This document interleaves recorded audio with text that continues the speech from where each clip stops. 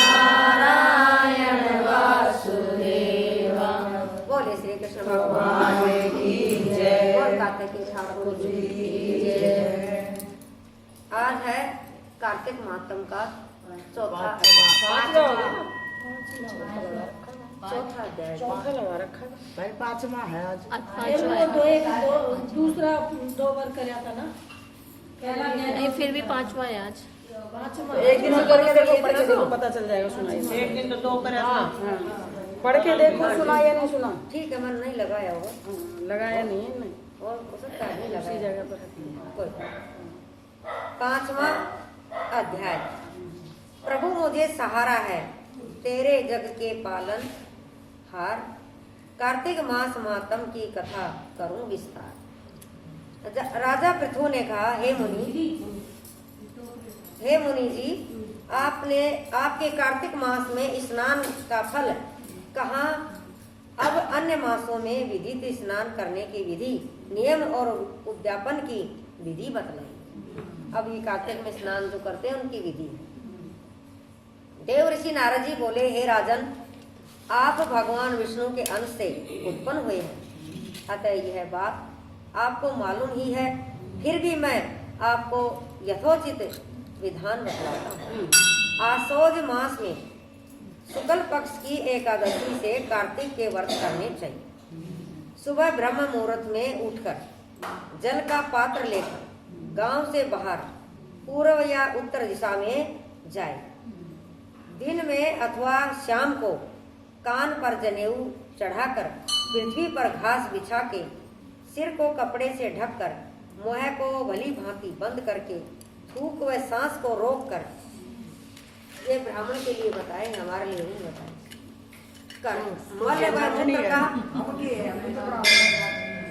मल व मूत्र का त्याग आदमी के लिए होता ना, जनेऊ धारण करने।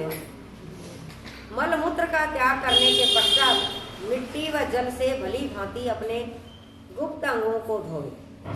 तत्पश्चात जो मनुष्य दांतों मुख शुद्धि नहीं करता, उसके सब मंत्र निष्फल हो जाते हैं। इसीलिए दांत साफ करना चाहिए। अतः दांत और जीभ को अत्यंत पूरक शुद्ध करना चाहिए और निम्नलिखित मंत्र पढ़कर वृक्ष से दांतुन तोड़नी चाहिए। हे बृहस्पति, तुम हमें आयु, कीर्ति, तेज, प्रज्ञा, पशु, संपत्ति, महाज्ञान और बुद्धि और विद्या प्रदान करो। यह मंत्र पढ़कर दूध वाले वृक्ष पर से 12 उंगल की दातुन तोड़कर व्रत या श्राद्ध के दिन दातुन नहीं करनी चाहिए। प्रतिपदा यानी प्रतिपदा, अमावस्या, नवमी, छठी, रविवार को चंद्र तथा सूर्य ग्रहण में दातुन नहीं करनी चाहिए। कटीले पेड़ों, कपास, पीपल, बरगद और निर्गंध इन पेड़ों की दातुन करनी चाहिए।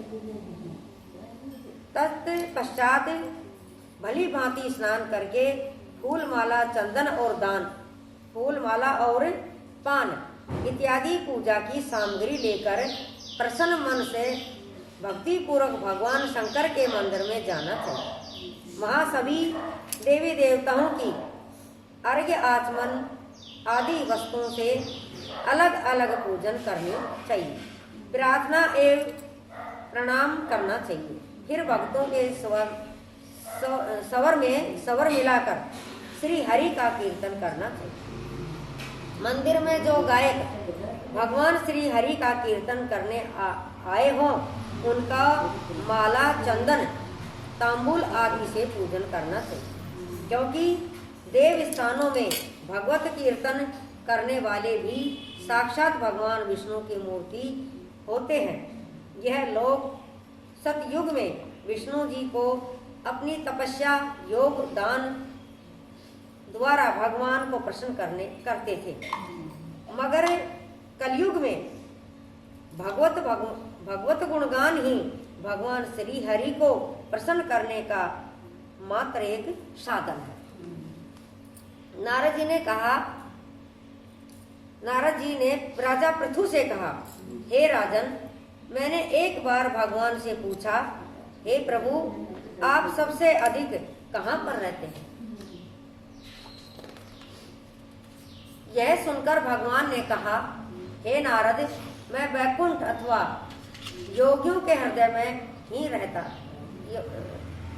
हे नारद, मैं वैकुंठ अथवा योगियों के हृदय में ही नहीं रहता, अपितु जहाँ मेरे भक्त मेरा कीर्तन करते हैं वहाँ मैं अवश्य रहता हूँ। जो मनुष्य चंदन माला आदि से मेरे भक्तों का पूजन करते हैं उनसे मेरी ऐसी प्रीति होती है जैसे कि मेरे पूजन से भी नहीं हो सकती। ऋषि शीर्ष, धतूरा, गिरजा, चमेली, केसर और कंदार तथा कटहल के फूलों व अक्षतों से भगवान विष्णु का पूजा नहीं करनी चाहिए। कटहल, कंद, ग्रीस, जूही, मालती और केवड़ा के पुष्पों से भगवान शंकर की पूजा नहीं करनी चाहिए। लक्ष्मी के इच्छुक पुरुषों को तुलसी पत्र से सूर्य नारायण की पूजा नहीं करनी चाहिए। जिन देवताओं की पूजा में जो फूल निर्विष्ट है उन्हीं से उनका पूजन करें। पूजन समाप्त होने के पश्चात भगवान से क्षमा प्रार्थना जरूर करें तथा हे सुरेश्वर, हे देव, मेरे पास न मंत्र है न क्रिया है, मैं भक्ति से हीन हूँ। जो कुछ भी पूजा मैंने आपकी की है उसे आप पूरा करें। ऐसी प्रार्थना करने के बाद दंडवत प्रणाम और क्षमा प्रार्थना करके भगवत कीर्तन करना चाहिए, श्री हरि की कथा सुननी चाहिए और प्रसाद ग्रहण करना चाहिए।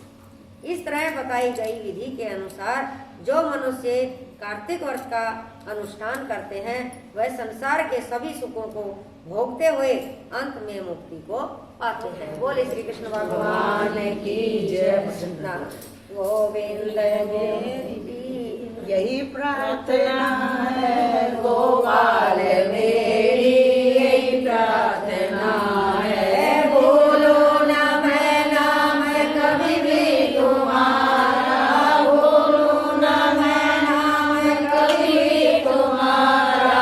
गोविंद दामोदर माधव देवी, गोविंद दामोदर माधव देवी, कृष्ण हे माता सखी देवी।